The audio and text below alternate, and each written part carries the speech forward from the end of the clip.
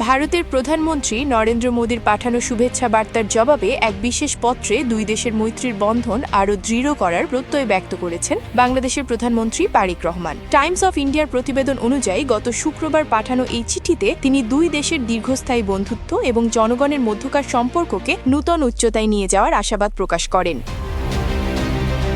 প্রধানমন্ত্রী তার চিঠিতে উল্লেখ করেন যে ঈদ উল ফিতর একটি অত্যন্ত প্রিয় উৎসব, যা মানুষকে সহানুভূতি, সংহতি ও সম্প্রীতির মতো চিরন্তন মূল্যবোধের কথা মনে করিয়ে দেয়। তিনি আরও বলেন, এই উৎসব ভাগাভাগি ও উদারতার মাধ্যমে বিভিন্ন সম্প্রদায়কে একত্রিত করে। এই পবিত্র দিনটি দুই দেশের জনগণ সহ বিশ্বজুড়ে সব মানুষের জন্য শান্তি, সমৃদ্ধি ও সুখ বয়ে আনুক বলেও তিনি প্রার্থনা করেন। উল্লেখ্য যে এর আগে প্রধানমন্ত্রী নরেন্দ্র মোদী ঈদ উল ফিতর উপলক্ষে প্রধানমন্ত্রী তারেক রহমান ও বাংলাদেশের সাধারণ মানুষকে উষ্ণ শুভেচ্ছা জানিয়েছিলেন। সেই শুভেচ্ছা সৌজন্য হিসেবেই প্রধানমন্ত্রী এই ফিরতি চিঠি পাঠান।